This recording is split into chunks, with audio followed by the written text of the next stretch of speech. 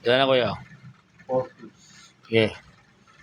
So ito guys, itong therapy natin kay Kuya Roque. Si Kuya Roque kasi ay bedridden. So ngayon, nade-develop niya na yung kanyang balancing. So nakakatayo na siya na mag-isa. So this stepstone sa kanyang recovery. Ayan. So nakaupo ngayon si Ate Rosita. Since Ate Rosita nakakalakad pero yung kanyang kamay pa rin ay stock pa rin yung kanyang kamay, yung kanyang kaliwa.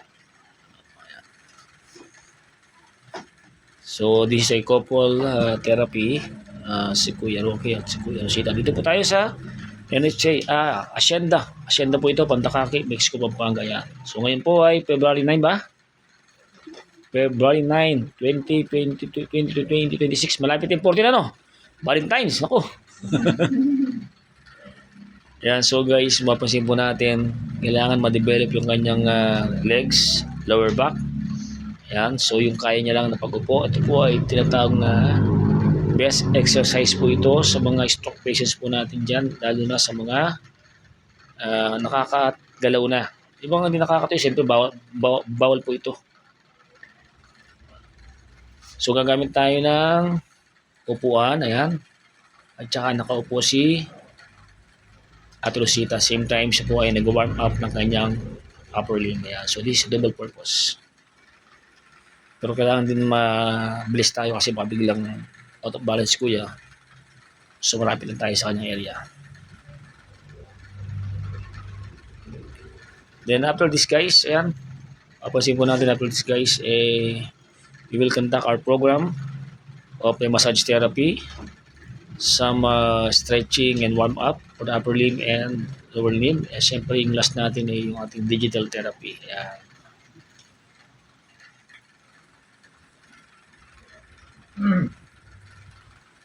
Ilan na kuya?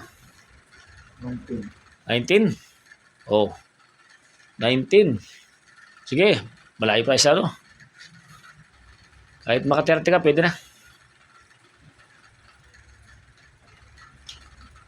So, 20. Yan, nakaka-20 po natin siya guys. Yan.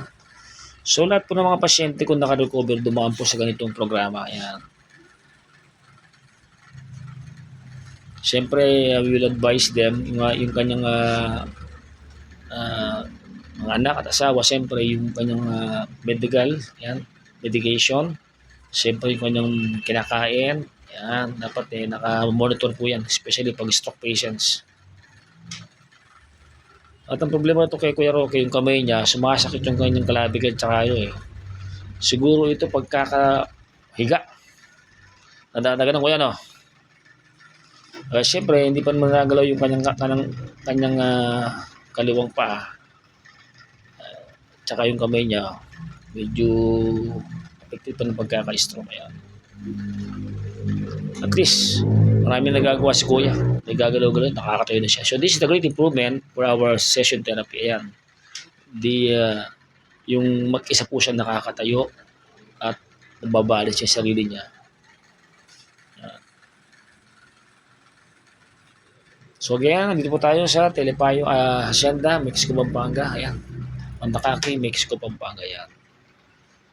Ngayon po ay February 9, 2026. This is the updated therapy kay Kuya Roque, Chotinko, together with kay Ate Rosita Chotinko. Yan. Lakad ka ate. Lakad ka, andun. Pas balik ka. Yan. Sige, lakad ka. Yan. Yan, si ate lumakalakad na. Wow, balik ka ha. Baka sabihin ng mga ating pasyente, hindi ka nakakalakad. Yan. Ayan, balik ka. Pwede na. 20. Oh. Oh, sige. Banat pa. Ano pa? Mga 9 pa. Tapos, therapy na tayo. Para masana yung paa mo. Push mo ito, yan. Push mo lagi pa mo. Sige, kuya. Huwag ka mo lang upo. Relax ka muna. Inhale, exhale. Yan. Yan. Sanay mo sarili yung balancing. Yan. Sige, kuya.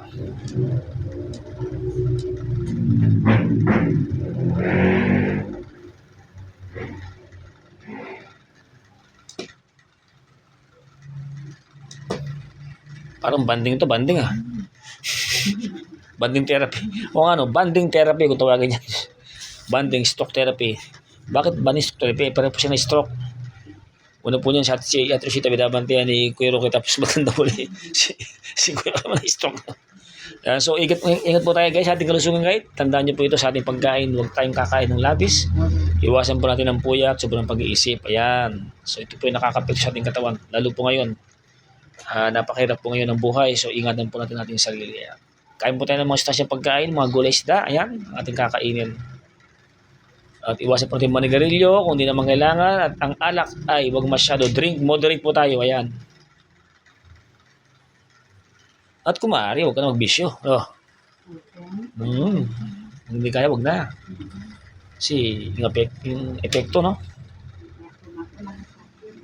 O ikaw, kumusta ka natin? Okay na okay po. Okay na okay po ang pagkakasal ngayon. Yung kamay mo na problema mo. Anong sa kamay mo? Opo. Ayan, yung kamay niya. Talaga mag-asawa nga ito.